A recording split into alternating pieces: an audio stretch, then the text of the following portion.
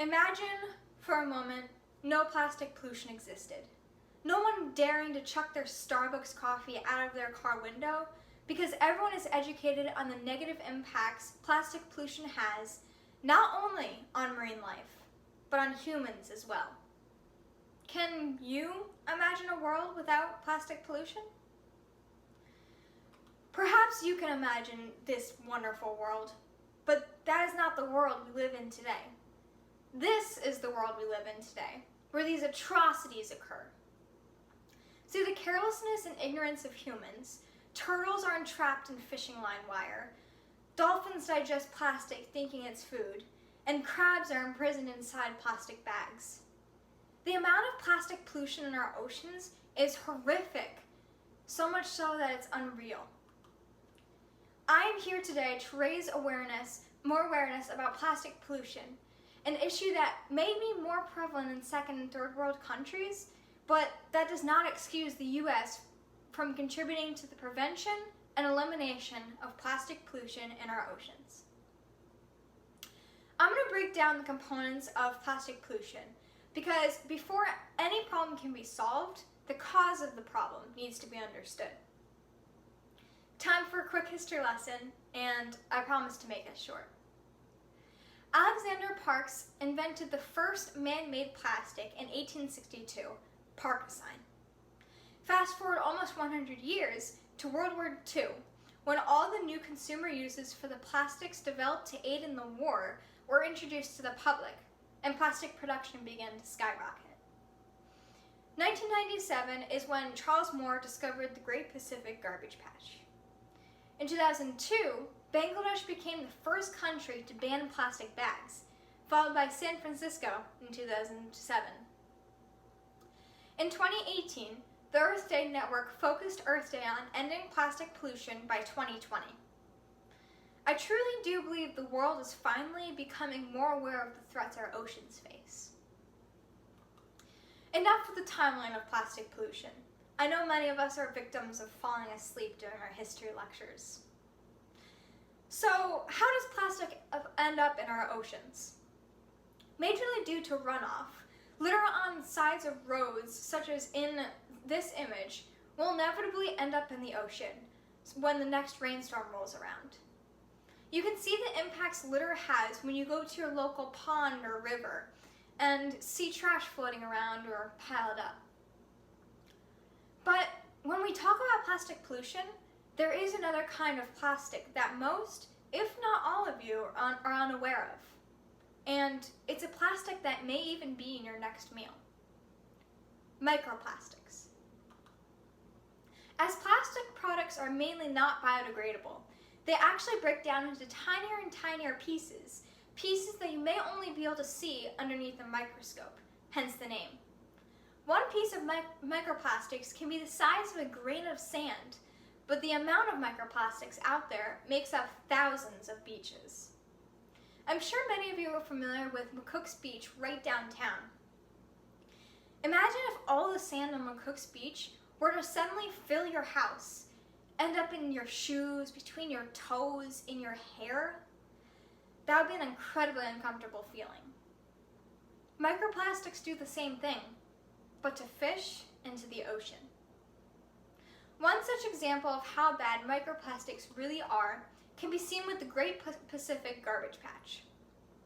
This patch pans waters from the west coast of North America to Japan, and actually consists of the Western Garbage Patch, located near Japan, and the Eastern Garbage Patch, located between Hawaii and California.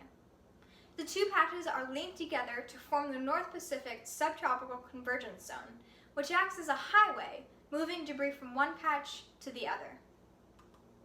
The entire patch is bound by the North Pacific Subtropical Gyre, and the area in the center of the gyre is where marine debris accumulates, because here the water is calm and stable. The marine debris piles up due to their inability to biodegrade. When you hear the name the Great Pacific Garbage Patch, images of large pieces of trash floating around, forming an island of sorts, probably comes to your mind. However, in reality, the patch is composed almost entirely of, you guessed it, microplastics. Satellite imagery reveals the patch to resemble a cloudy soup, and mixed in that soup are the larger pieces of marine debris, like fishing gear and shoes. The Ocean Cleanup Foundation estimates that the patch covers 617,000 square miles, which is equivalent to 1,275 football fields. Imagine all the football games you could attend with over 1,000 fields. However, this number is an approximation, considering the patch is too big for scientists to accurately measure. In an article I read, Ben Lecomte, French long-distance swimmer, spent 80 days, 8 hours at a time, swimming through the Great Pacific Garbage Patch. He said that he expected to see big debris and was not at all fazed by the findings of toothbrushes, children's beach toys, trash cans, and laundry baskets, but he was startled by the high concentration of microplastics. He told CNN it was like looking up at the skies on a snowy day. Imagine swimming through cloudy water with prickling sensations all over your body. That was how Lecomte felt. But why should any of us care about plastic pollution? My argument today isn't to raise awareness for the marine animals hurt by this issue. Most of us know by now that the lives of marine animals are constantly being threatened by plastic products. My argument is, in fact, for the more selfish people out there. Those who aren't fazed by the injuries marine animals endure. Those who don't want to go out of their way to make change because they don't think plastic pollution will directly affect them. I'm going to show you how it does. The ingestion of plastic products by fish should bring into question how we are affected by plastic pollution, seeing as we eat the fish. When researching this, I became more and more concerned by the effect eating microplastics may have on us. In an article dated only 5 months ago, marine biologist Ariella Sunk explains that at this point in time, more research is needed to understand exactly how ingested microplastics may affect human health. It is known that humans are, in fact, eating these tiny plastic particles, but we don't yet know how these plastics may affect us or in what amounts they may or may not be harmful. So, should we just stop eating seafood to avoid potentially eating plastic? The very thought that bits of plastic are sitting in your stomach after you digest fish may be enough to reach those who don't believe plastic pollution is a serious issue. Organizations such as Oceana, the Ocean Conservancy, and 4Ocean work every day to ensure the elimination of plastic in our oceans. However, it's understandable if you don't feel inclined to donate a few dollars to these organizations when you have the tools and capabilities all on your own to help combat plastic pollution. Reusable bags, water bottles, and straws are great starts. If you see trash at the beach, pick it up, even if it's not yours, and dispose of it properly. Marine life will thank you. Amazon has even begun giving its customers the option to make all future orders plastic-free with minimal or biodegradable packaging. If you've done everything you can think of to go plastic-free in your life, one of the best things to do is spread the word.